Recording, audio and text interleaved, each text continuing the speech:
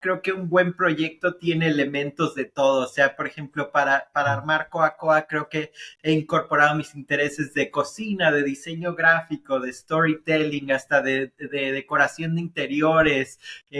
Creo que para redondear un proyecto tienes que tomar todos tus intereses y un poco usarlos para abordar todas las facetas de un proyecto y que eso le va a dar dimensión realmente a tu proyecto, le va a dar pies y cuerpo.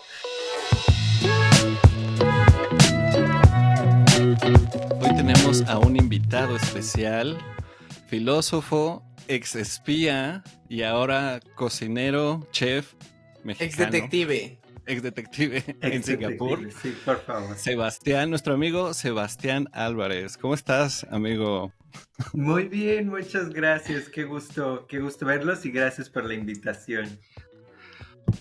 Oye, nuestra primera duda cuando vemos tu historia, bueno, nos volvimos a hablar, fue como básicamente, ¿por qué estudiaste filosofía y acabaste ahora haciendo tacos y helados en Singapur, ¿no? Pero todo también como pasaste de filosofía a detective espía luego a chef, ¿verdad?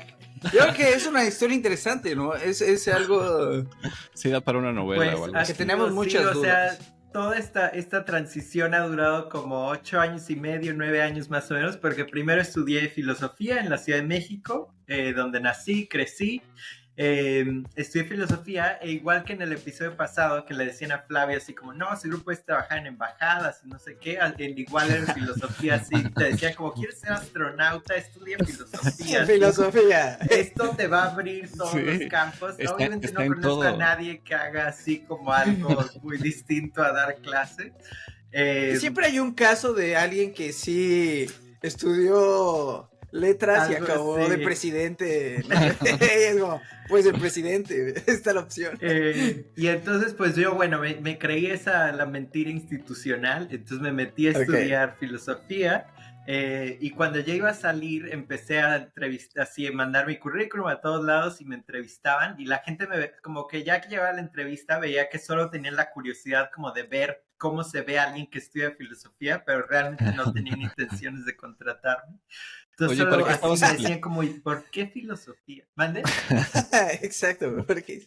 ¿Por qué estabas, a qué trabajos estabas aplicando? ¿Y cuál era, o sea, originalmente te gustaba, tenías alguna idea de, bueno, de estas mentiras institucionales de lo que te gustaría dedicarte saliendo de filosofía? Pues, o ya saliendo... Al principio tuve un muy buen profesor en la prepa de filosofía, que realmente fue como la gran razón para entrar a la carrera.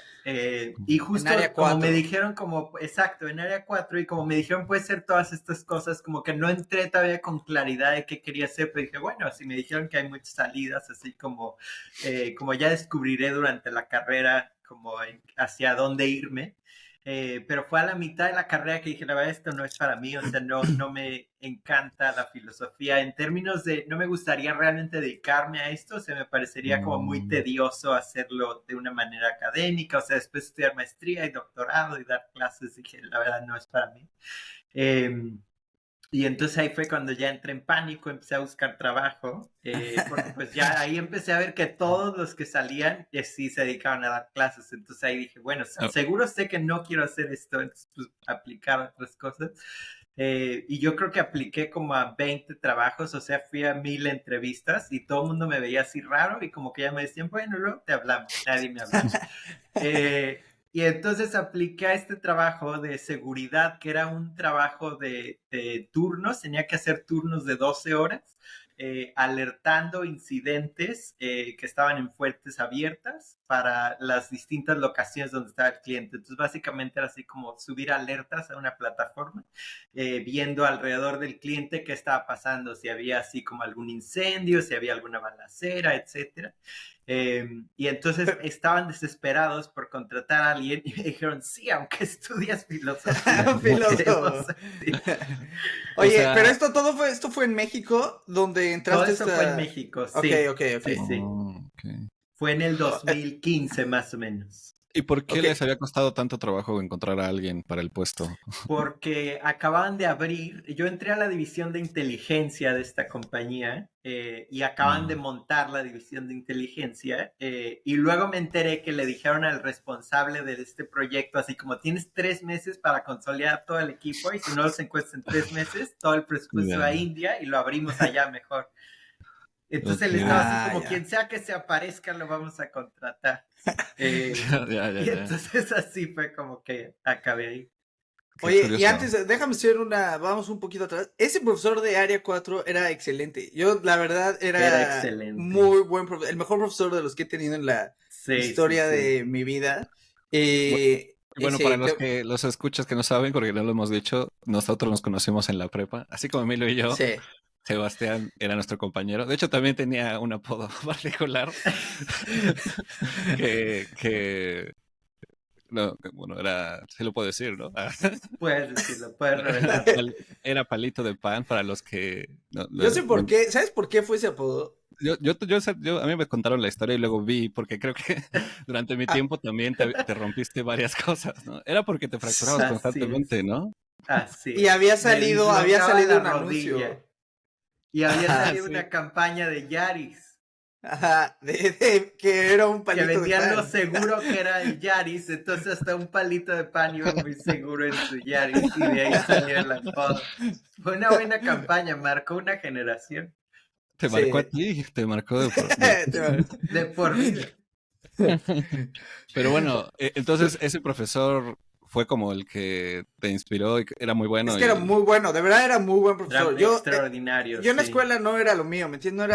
Yo no era, pero es la única clase que exenté y creo que podías faltar a 8 clases y que esa era en la mañana, muy, muy temprano. Sí. Y pues yo a veces me tenía que quedar dormido ahí afuera en el estacionamiento porque era muy temprano, ¿no? Entonces, lo único que pasó es que esa clase me dice, mira, Muñiz, yo te podría exentar, pero has faltado más clases. Y le digo, imagínate si hubiera venido a todas. O sea, sería...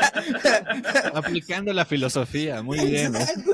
Digo, si hubiera venido a todas, claro que me exentas, man. Yo ahí te hubiera puesto un 10, Emilio, ya. Exacto. No hay fallas en ese argumento.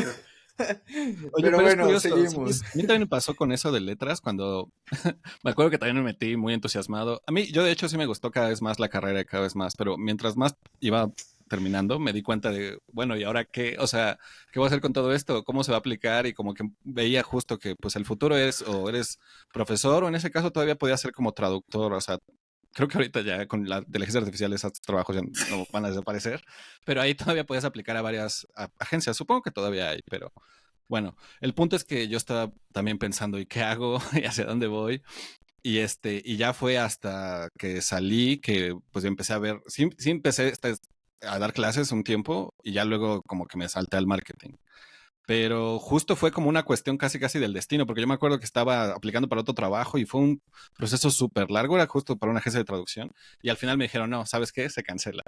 Y luego encontré esta vacante y tal cual, estaban buscando una persona de copywriting pero que pues, o sea, yo era de letras, realmente no sabía nada de mercadotecnia y le dije a mi jefe que, o sea, sí me contrataron al final, pero pues me dijeron, pues es que básicamente no necesitas, eso lo puedes aprender rápido, lo que necesitamos es que sepas inglés, eso fue lo que me ayudó, pero no fue tanto que, o sea, fue como mucho un azar que ya luego llegué ahí y ya me fui por ese camino. Suena que más o menos eso fue también como lo que te pasó a ti, ¿no? Sí, creo que la suerte al final como juega mucho porque yo empecé en ese trabajo y estuve 8 años y medio en la industria de seguridad, entonces, pero no es que nunca me hubiera planteado estar en seguridad, o sea, simplemente pues me cayó enfrente y ya seguí el camino. Ya, pero entonces fue mucho tiempo, ¿estuviste ahí hasta cuándo? Sí, estuve hasta mayo de este año. Donde justamente, de hecho, la inteligencia artificial me quitó mi trabajo. Porque decidieron de una forma muy maquiavélica, de repente nos dijeron, oigan, tenemos esta nueva herramienta de AI que pueden usar y queremos que nos hagan así como una presentación de más o menos cómo la integrarían como en su flujo de trabajo, y eso nos dijeron a 3 equipos, así como vayan diciendo cómo lo usarían y nos tienen que dar para el lunes ya la presentación. Entonces yo les dije, no, pues la verdad es que yo tengo demasiado trabajo ahorita, se los puedo dar en 2 semanas. Y el viernes de esa semana, a las 4 de la tarde, me llama una persona de RH, que yo nunca había hablado con ella, entonces desde que vi su llamada dije, como esto me suena mal. Entonces ya me llamó y me dijo, pues fíjate que te tengo malas noticias porque tu nombre está en una lista que me dieron y muchas gracias por tus 8 años y medio en la compañía, pero hoy es tu último día. Adiós, ¿cuándo nos devuelves la computadora? Y así nos acabaron corriendo a 3 equipos completos ese mismo día y nos reemplazaron por este bot que ahora no les está funcionando, pero su plan era, según esto, reemplazarnos con AI. Ok. Pero a ver, vamos un poco. ¿Cómo pasas de México? Porque eso fue Singapur, ¿no? Donde eso fue acá terminas en Singapur. Sí, ¿Cómo pasamos de México ¿Cómo pasas de México a Singapur? Pues fue porque justamente durante la carrera, como me di cuenta que la verdad es que la filosofía, aunque me interesaba, se me hacía como un poco demasiado seco, como demasiado tedioso. Y justo dije como no lo veo como dedicándome a eso. Y entonces empecé un poco a ignorar algunas clases de la carrera que no me gustaban mucho de filosofía y me puse a leer y me enamoré de la literatura japonesa del siglo XX. Entonces empecé a leer mucha más literatura y entonces después, justo acabando la carrera, conseguí este trabajo, empecé a ahorré tanto dinero como mis días de vacaciones y tomé turnos extra, etcétera, y luego me fui 3 semanas a Japón de viaje y me fascinó Japón, así fue de verdad como un viaje que me cambió la vida. Y ahí me decidí así como, definitivamente quiero vivir en Japón, y entonces cada vez que se abrió una oportunidad en Asia estaba así como buscando con mi misma compañía irme para allá, y me dijeron, no, pues se abrió esta posición en Singapur, esto fue hace como casi 4 años que llevo acá, y me dijeron, pues se abrió esta en Singapur, ¿te interesaría irte? Y dije, pues mira, Singapur está más cerca de Japón que México. Un poco, y entonces me vine para acá sin haber antes estado acá en Singapur ni nada así, pues tuve que empacar todo y me vine a probar suerte a Singapur y llevo ya casi 4 años acá. Oye, eso está interesante, ¿eh? ¿Y qué tal Singapur? ¿Te gusta Singapur? O sea, me gusta Singapur.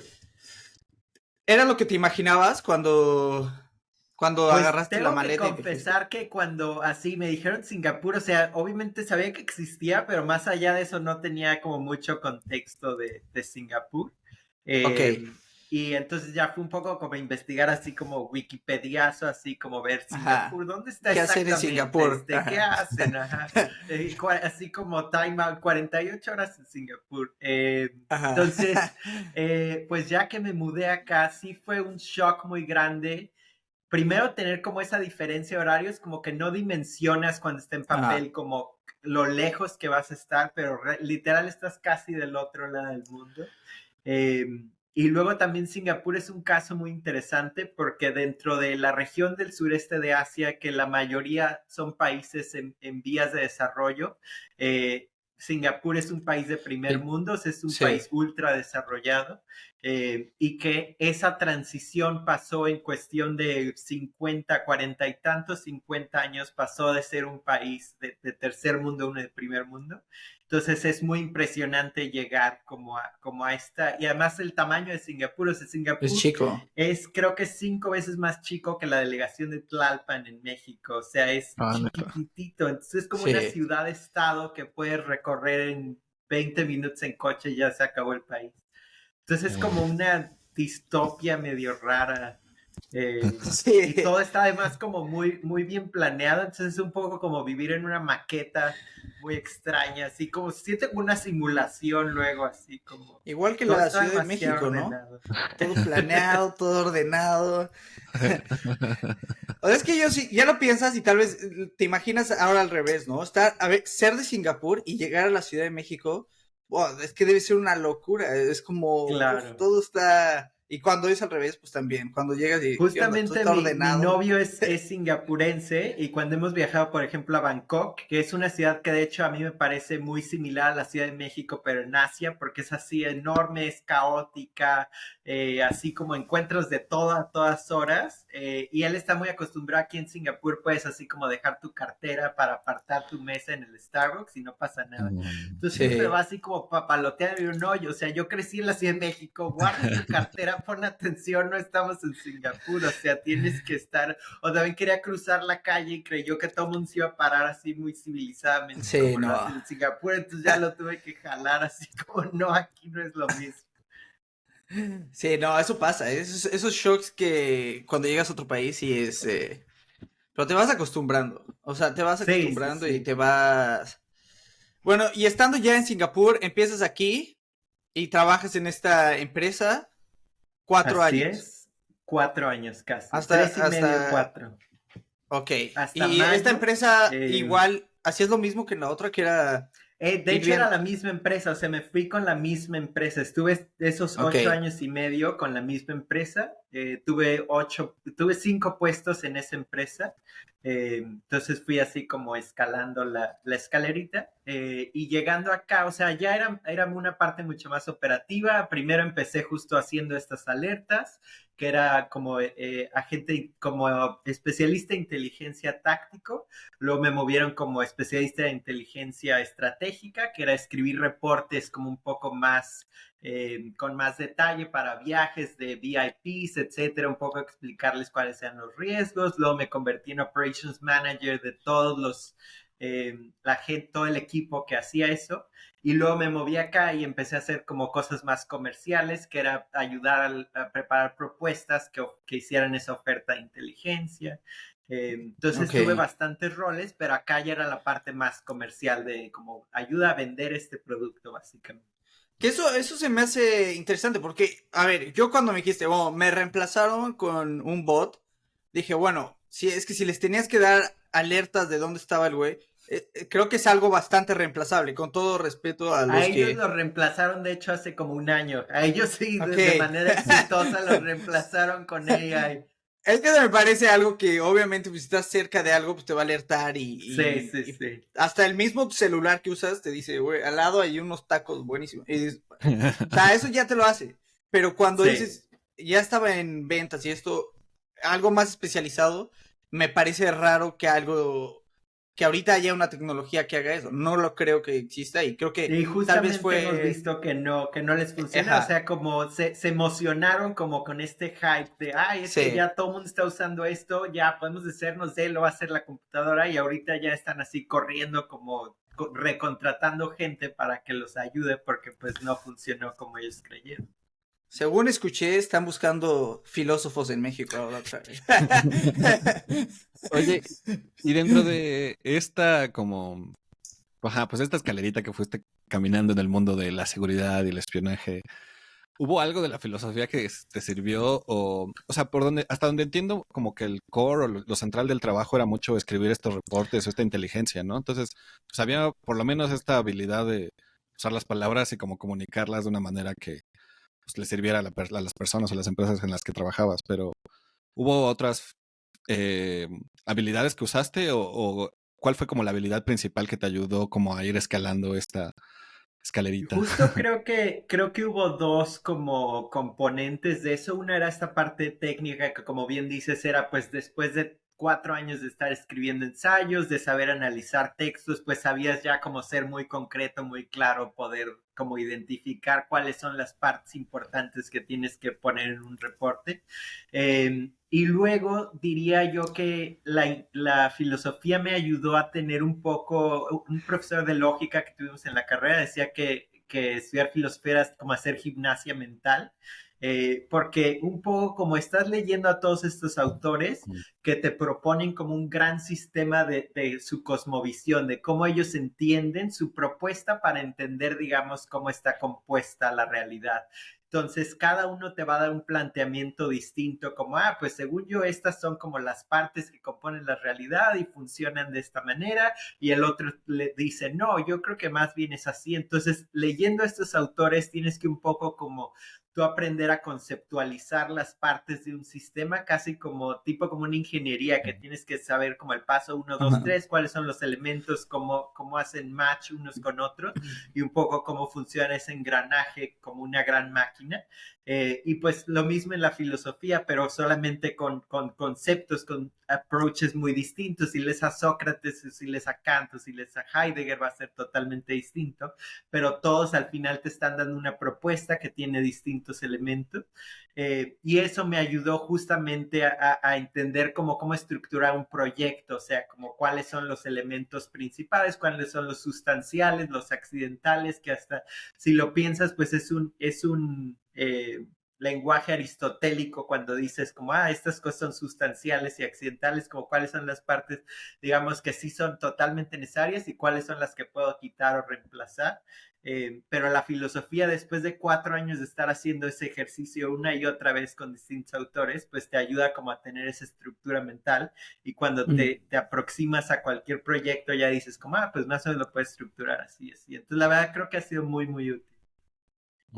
¿Y tú sigues haciendo todavía esta gimnasia filosófica o ya después de la carrera? Pues ahora lo hago, pero planeando menús y cosas relacionadas con Aguanta, tenemos que llegar a ese punto, espera.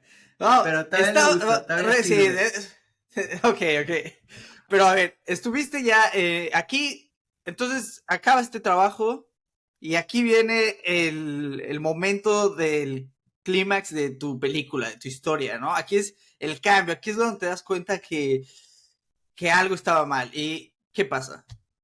Pues de hecho hubo un poco como de traslape, porque un año antes de que me corrieran, exactamente un año, en mayo de 2022, yo ya estaba un poco desencantado del trabajo, o sea, después de 8 años y medio, en ese tiempo 8 años, 7 años y medio, 8 años de estar haciéndolo, pues ya estaba un poco aburrido. También es una industria que la de la seguridad, que tiene mucha gente que tiene un perfil como más conservador, o sea, muchos son ex-Army, ex-Police Force. Claro. Entonces es como un ambiente como de esta como masculinidad muy tradicional, como muy corporativo, muy estricto, muy vertical. Y ya estaba tanto cansado un poco de la industria en general, o sea, de la parte del contenido, porque pues nunca fue realmente mi pasión, sino que un poco caí ahí por accidente, y también ya estaba cansado como en general de la industria. Y entonces yo, cuando había llegado a Singapur, a mí siempre me había gustado cocinar, desde niño me ha gustado mucho cocinar, y cuando llegué a Singapur, pues creo que lo primero que extrañas, además tu familia y tus amigos, es la comida, son como esos sabores con los que sí creciste.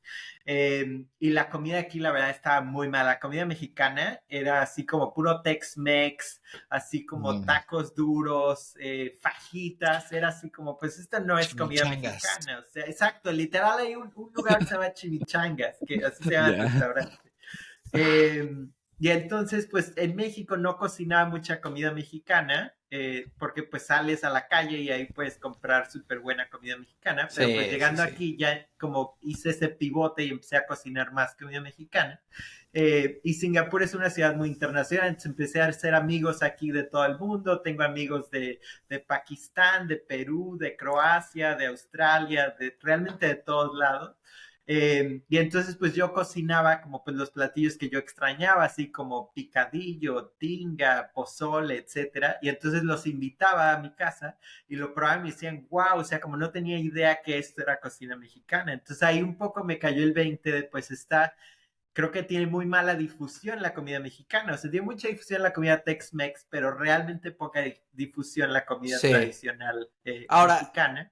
Los ingredientes, ¿de dónde los sacabas? Porque eso es otra cosa, ¿no? O sea, no es fácil encontrar muchos ingredientes. Tengo suerte que hay una tienda aquí que se llama La Mexicana, de un mexicano que lleva como 20 años aquí, que importa, justo su negocio es importar chiles, achiote, o sea, todo lo puedes encontrar aquí.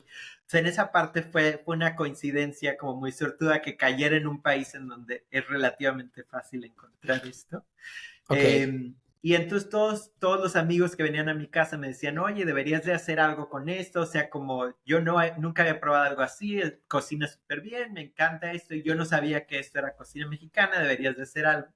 Y entonces pues un poco en ese momento que yo ya estaba desencantado después de tantos años en la misma industria, empezó aquí después de la pandemia a volverse muy popular este concepto de private dining, que la gente en su departamento lo abría y invitaba a algunas personas, tú pagabas cierta cantidad por persona y entonces ellos te cocinaban como el tipo de comida pues con el que ellos crecieron, o sea, no eran necesariamente personas que son chefs, y no era alguien que le gusta mucho cocinar, que son de por ejemplo, he ido a alguno que es español, entonces era una pareja, son dos españoles, les gustaba cocinar y entonces los fines de semana vendían así por persona, es tanto por persona y yo tengo este menú de 4 tiempos y puedes venir.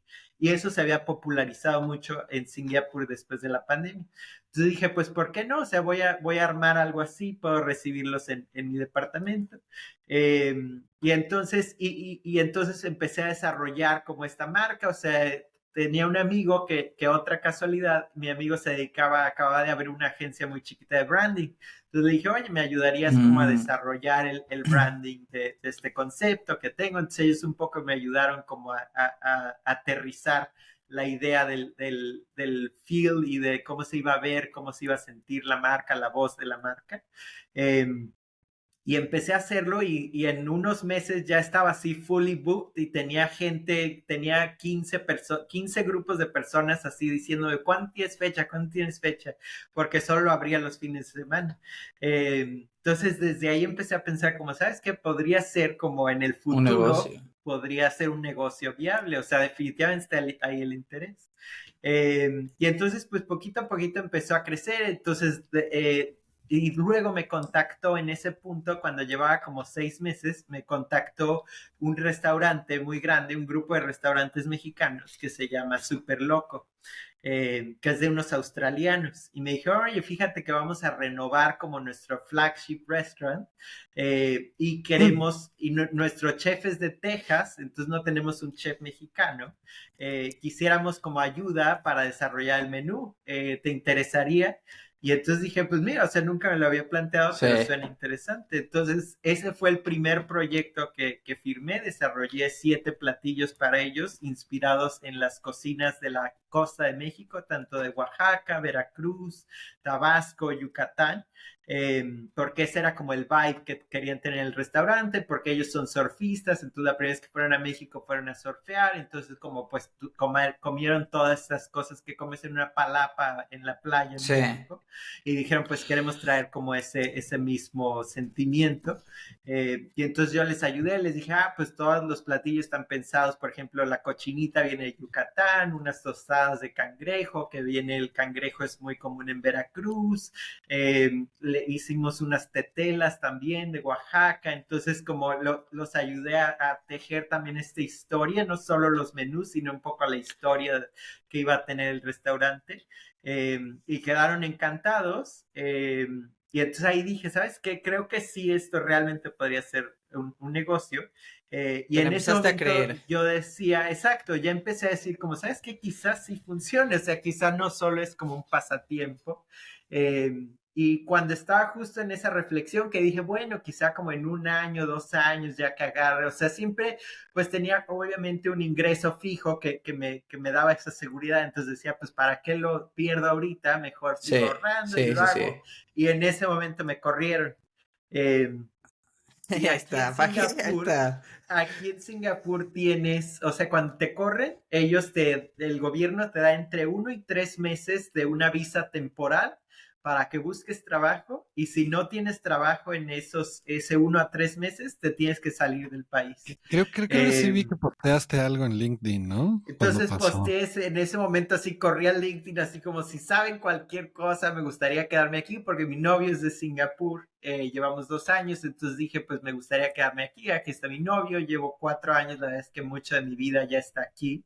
Y no hay forma de que él haga sponsor, ¿cierto? Porque en Singapur no existe esto de el sponsor. Porque en Singapur o sea, no porque primero no hay como en otros países europeos, le llaman pareja de hecho, que es como esta figura legal que aunque no estés casado, puedes tenerlo. No hay para parejas del mismo sexo, aquí solo es para parejas heterosexuales, igual con casarse, no hay matrimonio igualitario.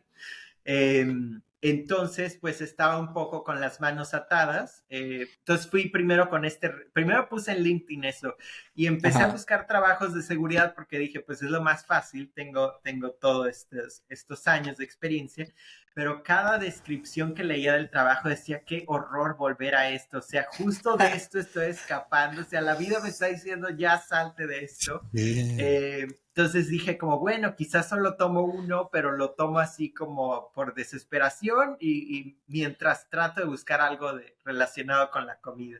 Y luego se me ocurrió ir con el grupo de restaurantes con el que estaba trabajando y les dije, oye, pues me pueden ustedes ayudar a ser sponsors. Y me dijeron, ahorita tenemos todas las posiciones llenas, nos encantaría porque me dijeron, la verdad es que trabajamos muy bien, pero ahorita no tenemos ni una abierta que te podamos dar para darte sponsorship de visa. Y entonces fue de hecho el director, el managing director de este grupo de restaurantes que me dijo, fíjate que tú puedes crear tu propia empresa, puedes poner a tu novio como digamos, el director principal, y tú te contratas a ti mismo a través de esta empresa y tú eres tu propio sponsor de la visa. Y fue así que lo hicimos. Entonces, pues puse todos mis ahorros en esta empresa y aplicamos a la visa y estábamos súper nerviosos de que no me la fueran a dar. Sí. Porque aquí el proceso no es como en otros países que si cumples estos 5 requisitos ya pasa. Sino es si cumples estos requisitos, nosotros revisamos tu solicitud y te decimos si sí o si no. Pero no te explican nada, o sea, no te dicen por qué nada, solo te dicen aprobada o denegada. Y curiosamente, aplicamos un miércoles y el viernes aprobaron la visa. Entonces, tal cual como fue rápido, por arte de magia, salió, porque en general toma entre 4 y 10 semanas. Entonces, de hecho, estábamos preocupados que si se pasaban las semanas iba a tener que salir del país porque se acababa la visa temporal.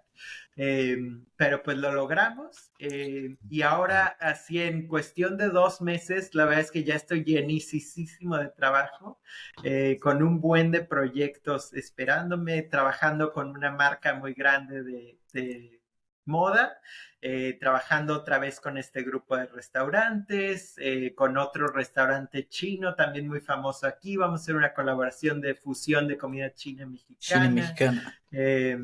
Hago tacos de canasta una vez al mes en un bar que está muy cerquita de mi casa.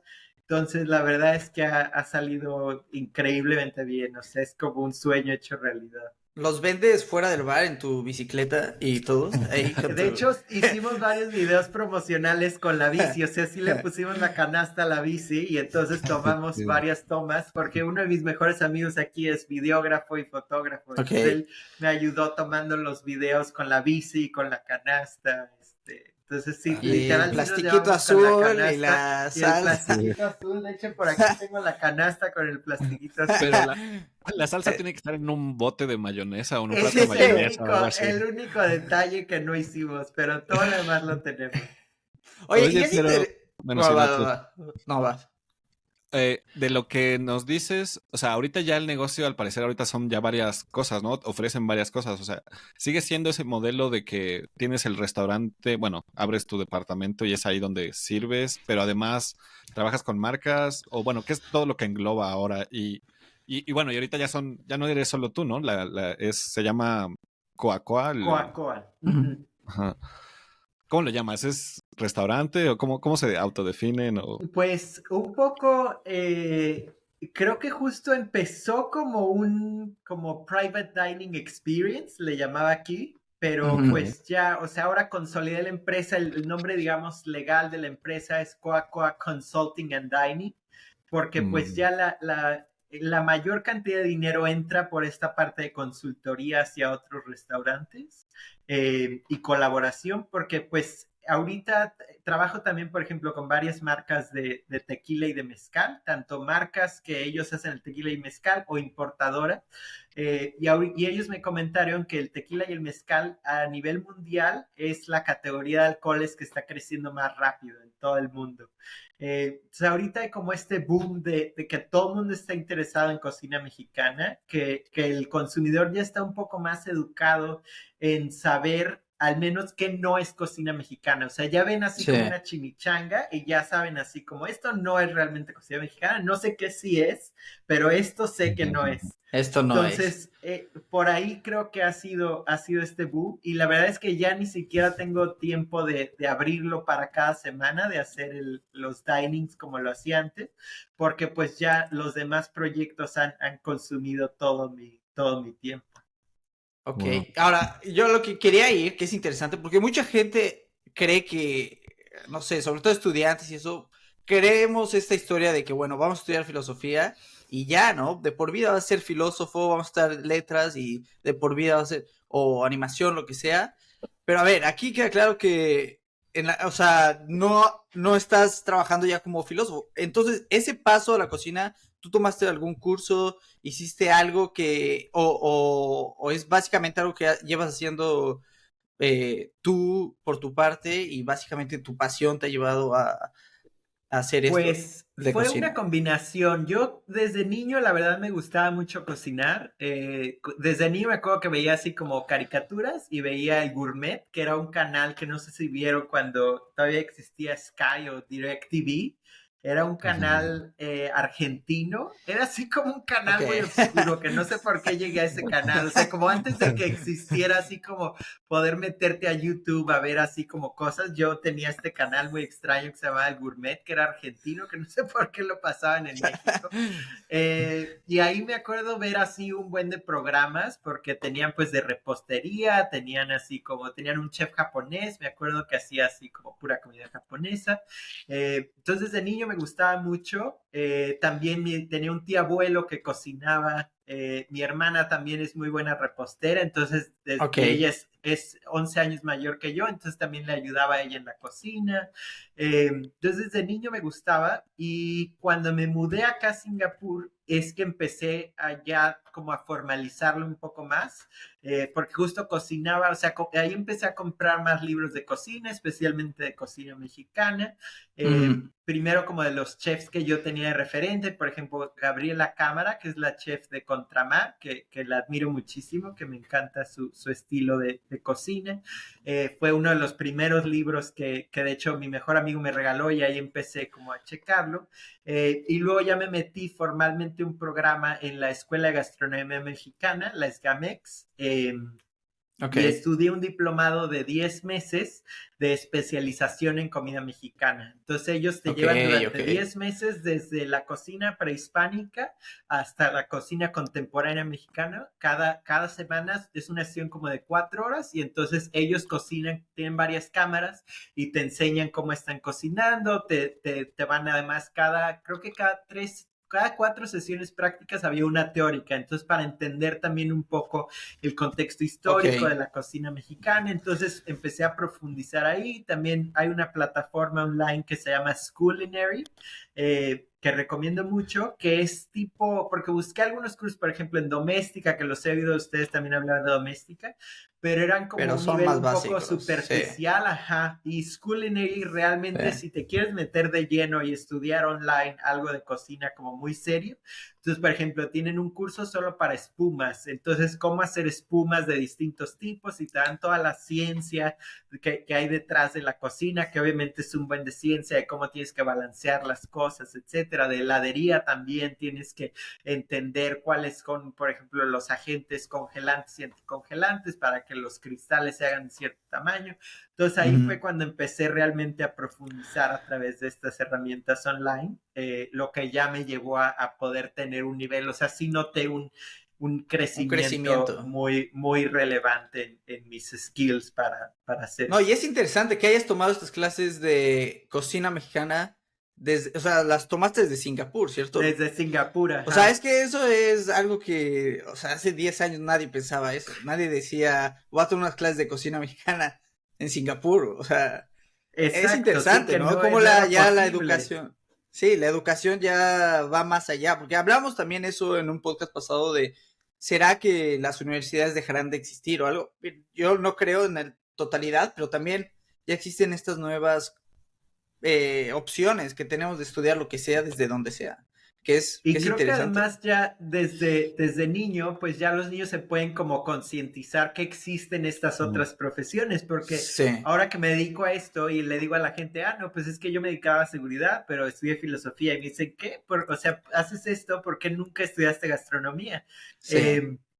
Y pues cuando lo pienso como me voy para atrás, digo, pues es que nadie en mi familia o en el círculo como de amigos de la familia, nadie era chef, o sea, era una profesión que yo de niño vi en la tele, pero pues era así como ver un bombero, pues no consideras como en un sentido no es una profesión real, es como la profesión que sale en la tele, pero es tan distante que, pero ahora si ves YouTube, pues ves como el behind the scenes y te cuentan como en un videoblog, así como, pues yo hice esto y esto y esto, y se siente mucho más cercano y la posibilidad de estudiar eso. O sea que de hecho yo me acuerdo muy bien cuando estábamos en prepa que tú decías, yo voy a estudiar animación. Desde ahí yo decía como que, o sea, como eso parece como ser astronauta, así como, ¿cómo tiene esa idea como de estudiar animación? Yo no conocía a nadie que dijera como, yo voy a estudiar animación, o sea, me parecía algo como muy remoto, y ahora que lo veo digo, pues ahora mucha gente probablemente querría estudiar animación, pero pues tú fuiste de los pocos que en ese tiempo sí lo vio como algo viable. Es mi visión. Es que a mí me habían dicho, si tú estudias animación, puedes acabar en una embajada. Oye, pero también regresando a la filosofía, o sea, yo argumentaría que parte, o sea, y tú decías, ¿no? O sea, ahorita te enfocas a cocinar y como más en esta cuestión de tal vez consultoría, pero hay cosas que todavía, o sea, tu background de filosofía como que lo aplicas, ¿no? Y yo creo que en esta cuestión como de cocinar, y no solo cocinar, sino también planear los menús, pero también creo que, bueno, por ejemplo, yo a veces sí hago el símil de que, por ejemplo, cuando creas contenido, pues es parecido a la cocina porque tienes distintos ingredientes, ¿no? Y como que la manera en la que la experiencia que quieres dar, pues es dependiendo de cómo combinas estos ingredientes, ¿no? Entonces, ¿tú crees que hay estos símiles, o sea, aparte de la filosofía, también en la cuestión de escribir y cocinar, hay algo ahí, alguna relación que, o sea, como que tú, o sea, porque también siento que hay una parte de ti que, o sea, pues todavía le interesa leer y como el arte detrás, o sea, toda la filosofía detrás de la cocina, o sea, no solo es, o sea, sí, te gusta cocinar, pero también es todo esto que hay detrás. O sea, ¿tú cómo ves esa como dicotomía entre filosofía y cocina y cosas así? Creo que justamente hay mucho de eso, porque creo que al final lo que distingue a un gran restaurante no solo es, porque no solo son los sabores que están en el plato, sino es la historia que estás contando. Y esa es la parte donde entra justo el storytelling. O sea, yo justamente cuando empecé a hacer el branding, mucha gente me dijo como, estás invirtiendo como demasiado dinero en esto que es solo como un passion project, como solo así ponen una nota de texto como, oye, hay enchiladas y ya, anúncialo así. Y les dije como, no, es que yo justamente quiero contar una historia a través de mi comida, y nuestro tagline principal en Coa es Delicious Archaeology. Porque es la idea de la cocina como un ejercicio de exploración arqueológico. Entonces, un poco entender de dónde venimos a través de los platos que estamos comiendo. Entonces, me han invitado, la Embajada de México me ha invitado a dar varias conferencias en los eventos que organiza aquí, en donde justamente siempre empiezo con un mapa de México. Entonces les digo, primero tenemos que entender dónde está México, especialmente el tamaño de México comparado con Singapur. Entonces, México creo que es 11,500 y tantas veces más grande que Singapur. Y México es el quinto país con más biodiversidad en el mundo. Entonces eso ya te da una cantidad de ingredientes mucho más grandes, que además va a variar porque obviamente tenemos desiertos en el norte. Entonces, ¿por qué, por ejemplo, en el norte se comen tortillas de harina de trigo y en el sur se comen de maíz? Porque el trigo necesita mucha menos agua que el maíz. Entonces, por eso solo se podían hacer de trigo. Luego, ¿por qué, por ejemplo, antes de cierto periodo no vemos la presencia de carne en los guisos? Pues porque en México no había ni res ni puerco antes de que llegaran los españoles. Entonces, si quieres hacer comida prehispánica, vas a encontrar mucho más maíz, frijol, chiles, calabaza. Entonces, es un poco... Quiero que y así empecé las experiencias cuando venían a mi casa, hacía menús regionales. Entonces les decía, el menú de hoy es, por ejemplo, la Ciudad de México. Entonces el primer platillo era una sopa de milpa. Entonces dije, esta sopa representa el periodo prehispánico. Entonces el sistema agrario milpa era tener todos estos cultivos que son distintos tipos de cultivos en una sola porción de tierra, lo cual ya es muy raro ver hoy porque hoy se hace el monocultivo, pero eso drena la tierra de los mismos nutrientes, acabas acabándote el lugar. En cambio, los aztecas tenían jitomate, tenían maíz, tenían frijol en un solo lugar, y los nutrientes que extrae uno deposita otro tipo de nutrientes que usa otra planta. Luego el siguiente platillo era eran tostadas de picadillo. Entonces, el picadillo es la primera vez que se combina la res y el puerco con el jitomate, que es un ingrediente que le dio México al mundo, que se fue a España, Italia, etcétera. Y el tercero eran los tacos de lengua. Entonces les dije, pues esto es como la Ciudad de México hoy, si vas así como a una taquería hoy, vas a ver tacos de lengua a fuerza. Y acabamos con una nieve de garrafa de Jamaica, servida con Jamaica y menta, servida en un puré de guayaba. Entonces es un poco inspirada en un agua fresca mexicana. Entonces esos dos finales era así como pues la experiencia después de la fiesta, vas a comer tacos, te tomas un agua de Jamaica. Y en una cena ya te conté toda la historia de la ciudad, desde dónde empezó hasta dónde llegas ahorita.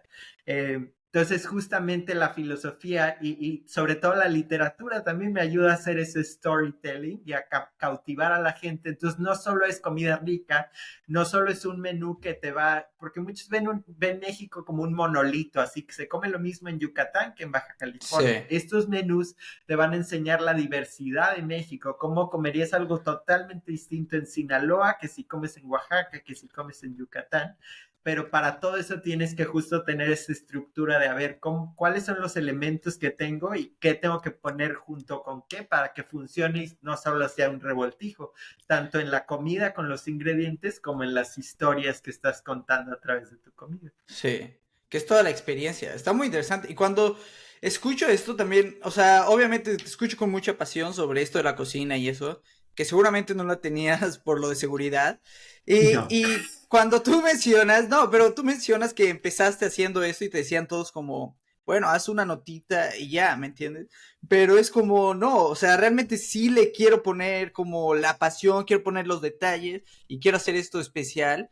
Y a veces, pues es lo que te hace la diferencia, ¿no? Que realmente estás poniendo todo y la gente amor dentro de lo que estás haciendo. O sea, porque también en la parte gráfica de todo nuestro branding, si se fijan, tenemos 6 colores que le llamamos nuestros Metro Colors, que son los 6 colores salieron del sistema Metro de la Ciudad de México.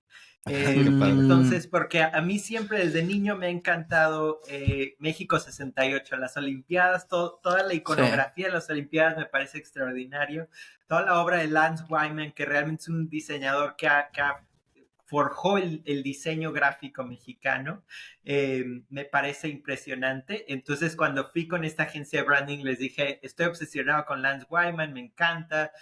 Yo crecí en Tlalpan, entonces crecí cerca también de CEU, como esta arquitectura modernista de los 50, siempre me ha encantado. Y entonces tomamos todas las referencias y las combinamos. Entonces me dijeron, mira, tu paleta de colores son estos 6 colores que vienen del metro, especialmente las primeras 4 líneas que creó Lance Wyman, toda la iconografía. Entonces diseñamos, hasta creamos una tipografía que está inspirada, es una combinación de las 2 tipografías más icónicas de Lance Wyman, la del sistema colectivo Metro y la de México 68. Entonces creamos nuestra propia tipografía.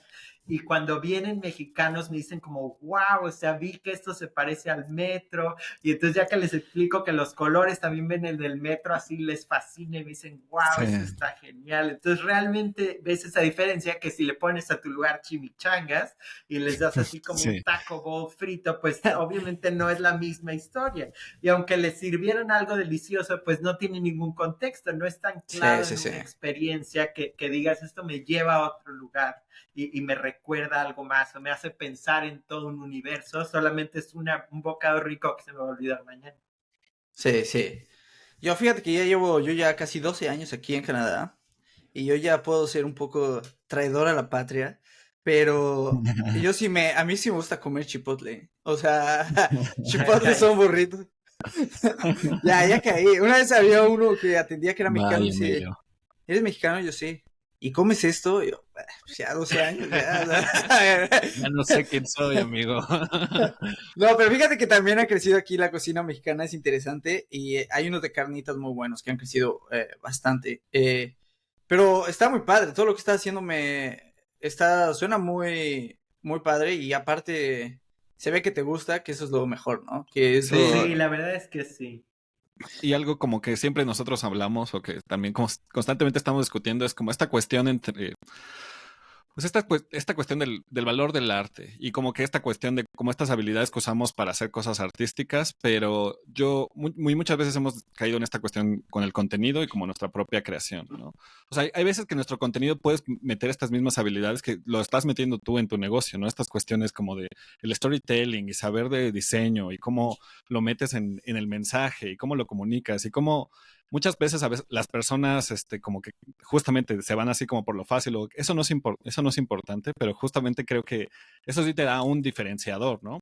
Que luego también a su vez a veces es complicado porque hay veces que ciertas cosas que te llevan a hacer esas habilidades o tener esas habilidades pues no son 100% monetarias y no deberían de serlo, ¿no? O sea, porque también está este proceso como artístico pues como que personal y que hay veces que no va a tener como pues cuestión de negocio, esta cuestión monetaria, ¿no? Pero lo que parece muy cool es que como que tú has logrado como que lograr mezclar esas dos, ¿no? Como esta cuestión de negocio, esta cuestión artística. Pero estoy seguro que hay algunas partes como complicadas, ¿no? Como esta cuestión de a veces dedicarse a la pasión, o sea, uno a veces lo habla muy así de, pues ves todos los highlights y todas las cosas como padres y es como el sueño de todos, pero detrás hay otras cosas o cosas que no ven, o sea, en este sueño, porque pues creo que está muy padre, ¿no? Y pues, suena muy bien, pero hay algo como de lo que como, ¿cuáles son como las dificultades o las cosas como más difíciles de dedicarse ahora ya a Sí, esto de eso hay mucho, o sea, definitivamente justo la gente me dice así como, wow, es que te ves así muy feliz, muy apasionado. Les digo, sí, pero hoy me dormí a las 7:30 de la mañana terminando de hacer 35 litros de helado, entonces es la parte que tú no estás, claro, no estás viendo. Y creo que al principio justamente fue bueno que hubiera como este traslape entre mi trabajo de seguridad y este trabajo, porque cuando desarrollé todo ese branding, lo desarrollé un poco como un passion project. Entonces, pues no me preocupaba tanto el costo, por ejemplo. Entonces decía, pues ahorita tengo un ingreso fijo, puedo pues seguir como invirtiéndole al branding, es como un passion project, pero ahora ya si hago algo del branding, tengo que pensar como, a ver, ¿cuánto va a costar esto? Hacer, por ejemplo, un icono nuevo de nuestro sistema gráfico, ¿cuánto me va a costar? Y cuánto tengo que vender, cuántos tacos tengo que vender para que de hecho salga y me convenga hacer esta parte. Y también creo que especialmente aplica en la cocina como lo físicamente extenuante que puede llegar a ser el trabajo, que por ejemplo la semana pasada, que fue el 15 de septiembre, la independencia de México, me invitó a la embajada, hacen aquí cada año un evento para celebrar con todos los mexicanos aquí, y entonces me encargaron helado, pero me encargaron 35 litros de helado para servir ese día. Y mi máquina, que tengo todavía pequeña, va cada 40, 45 minutos puede ser 1 litro. Y encima de eso tenía un tasting, o sea, esto era el viernes, y el martes tenía un tasting que tenía que servir 14 platillos para esta marca de moda con la que estoy trabajando. Entonces cada día me acabé durmiendo como entre 7 y 8 de la mañana, me dormía 4 horas, me levantaba y volvía a estar trabajando, poniendo más y más litros, y además me decían como, ya tienes que además subir reels porque tienes que tener ese engagement con tu audiencia y promociona este evento que ya viene. Y entonces me dicen, pues contrata a alguien. Pues sí, pero deja que entre suficiente dinero para que pueda contratar a alguien. Entonces, aunque sí es muy apasionante, es muy divertido, también es increíblemente extenuante, o sea, estoy cansadísimo diario. Y aunque sí, pues te da fuerza como saber que al menos ya estás como un poco trabajando tanto, porque si trabajas tanto y es para otra empresa, pues sí te quejas como, pues al final lo estoy haciendo para algo que ni es mi visión, que ni siquiera me está llegando todo el dinero a mí.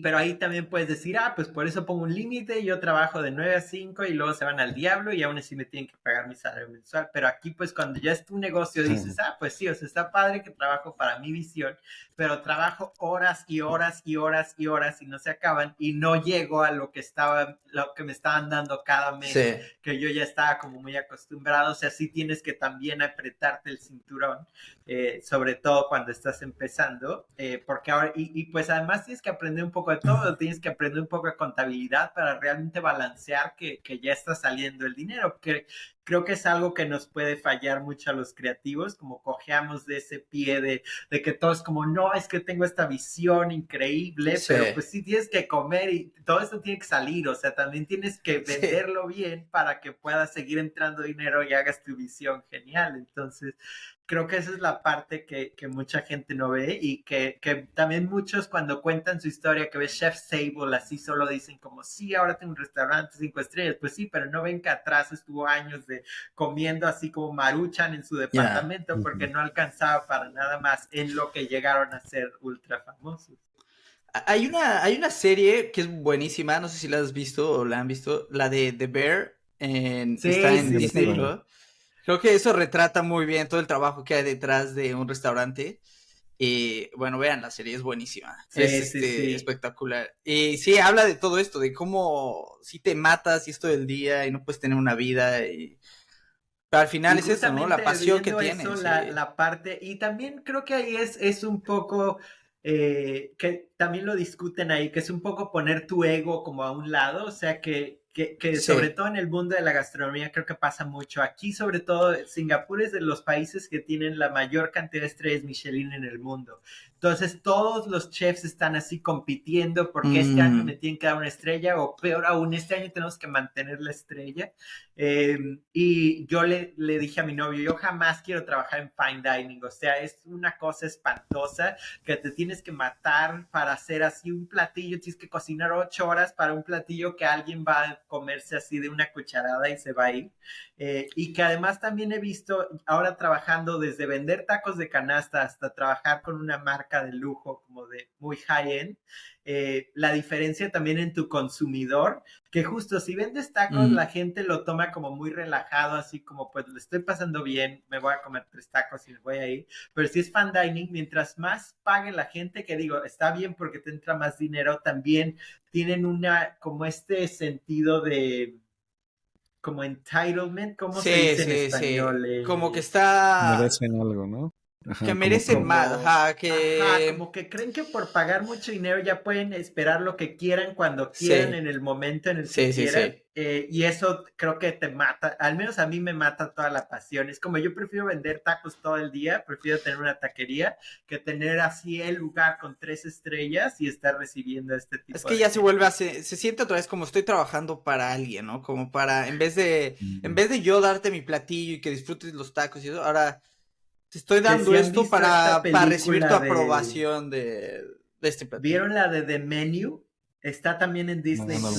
Sí. Que justo es esta sátira como de este chef que ya sí llegó al pináculo de su del mundo gastronómico y justo los invita y dice así, los odio, ustedes destrozaron mi pasión por cocinar esto.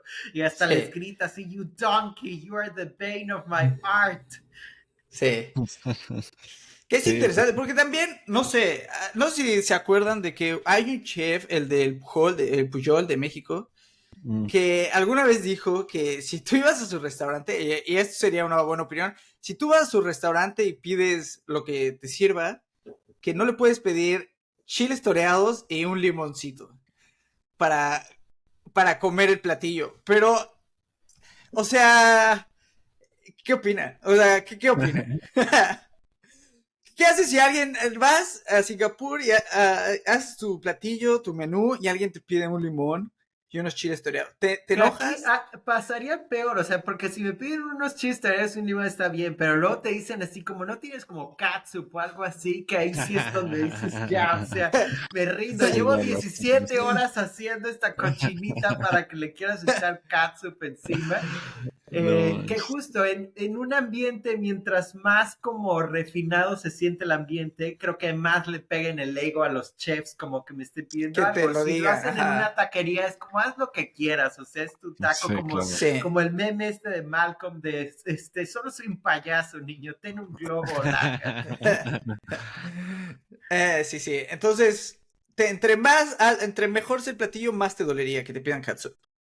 Creo que no entre mejor sea, porque creo que justo ese es, o sea, está muy desvalorizado, por ejemplo, lo que hacen, sobre todo en México, las mujeres que venden quesadillas en la calle, hay gente que cocina absolutamente genial, pero que simplemente no tienen estas plataformas súper elevadas. Diría que entre más como, no sé cómo decirlo, entre más le construyen alrededor, entre más como ornamentos le pongan a todo el concepto, más se lo toman a pecho, más lo ven así como, yo no diría tanto que duele, sino que les peguen el ego. Duele. Infla el ego.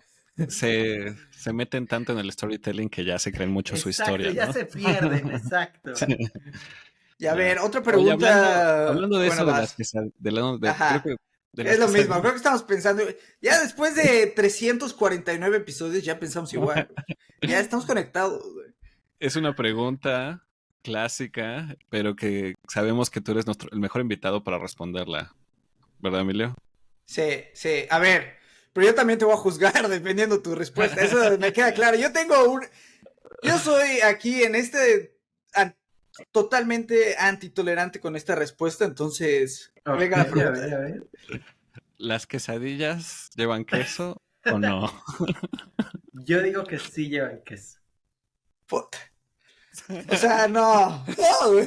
Ay, esto no se va a subir, yo no estoy de acuerdo.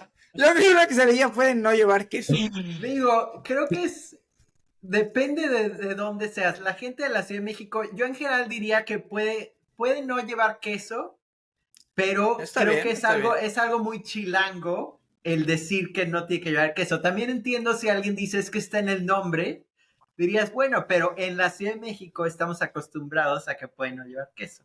Ya, pero si a un taco le echas queso, no se convierte en quesadilla, ¿cierto? No. Ahí sí soy más chilango, o sea, entiendo la parte como del nombre lo dice, pero al final gana mi chilango interno. Ok, estoy de acuerdo. Flavio, ¿qué opinas? Yo soy sin queso. Bueno, pero es que tienes razón. O sea, una quesadilla no tiene que llevar queso. Muy bien. Okay. Está bien, todos somos del DF, está bien este podcast. Es cierto, es más que nada como lo que dice otra vez Sebastián, ¿no? De la cuestión de la historia que te estás contando, ¿no? Y creo que es muy curioso que esos como argumentos vienen como de las historias, o sea, en México justamente como que tenemos esta relación con las quesadillas que pueden tener o no queso, pero en otros, ya saliendo de aquí, pues la historia es distinta, ¿no? Ese es como el debate principal. Uh-huh. Pero, por ejemplo, hay otros debates de comida más actuales, ¿no, Emilio? Sí, hay uno, es que no sé si, tuvimos la película de Barbie que fue demasiado popular, ¿no? Y hubo la señorita que se inventó, que es el ingenio mexicano, ¿no? Que pueden usar ahí también en Coca-Cola, que se inventó los barbielotes, que eran unos Barbies rosas. Hay rosas y azules. Y azules para los Ken, ¿no? Para los Ken. Pero recientemente, no sé si viste que también Jaime Maussan nos hizo mucha publicidad en el Congreso con sus aliens. Y bueno, de ahí han salido una serie de memes y cosas así, pero una de las invenciones culinarias que ha salido de esa participación de Maussan es el garnachalien. No sé si lo has visto. Yo he visto el tamalien. El tamalien, ok.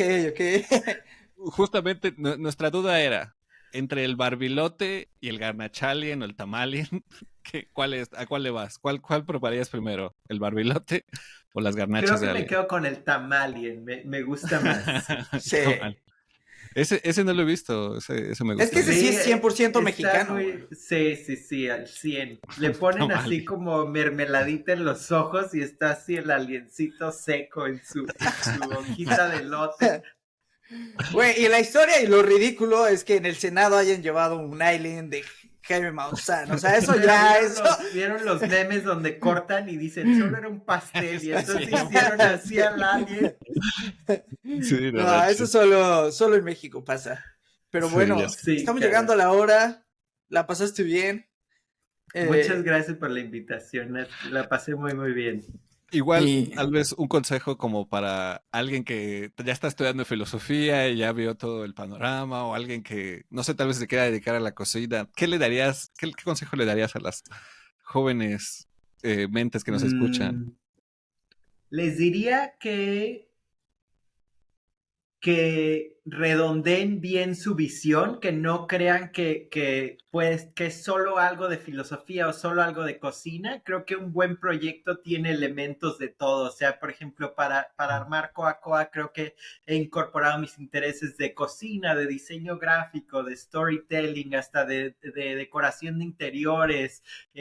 Creo que para redondear un proyecto tienes que tomar todos tus intereses y un poco usarlos para abordar todas las facetas de un proyecto y que eso le va a dar dimensión realmente a tu proyecto, le va a dar pies y cuerpo y no va a ser solo una línea, digamos, sino va a estar muy bien redondeado y va a tener mucho más peso, mucha más personalidad y creo que eso lo va a hacer que tenga más futuro. Muy buen consejo. Pues con eso nos vamos en este podcast especial. Muchas gracias por escuchar. Muchas gracias. Bye. Y no olviden seguirnos en coacoa.mx. Sí. Ah, claro. Todavía, ya llevamos 349 episodios, pero nos faltan los promocionales al final. Sí. Están coacoa.mx coacoa.mx en Instagram y también la página de internet es coacoa.mx. Y también no me aventuro a TikTok, pero pronto llegaremos ahí. Ya cuando contrates a alguien igual ya. Ya, cuando tenga un Gen Z en el equipo, le abriremos TikTok. Ahí saben ya los Gen Z, si quieren entrarle al mundo de la cocina con Coa, manden ahí su Acá CV. los espero. Perfecto. Bueno, bye.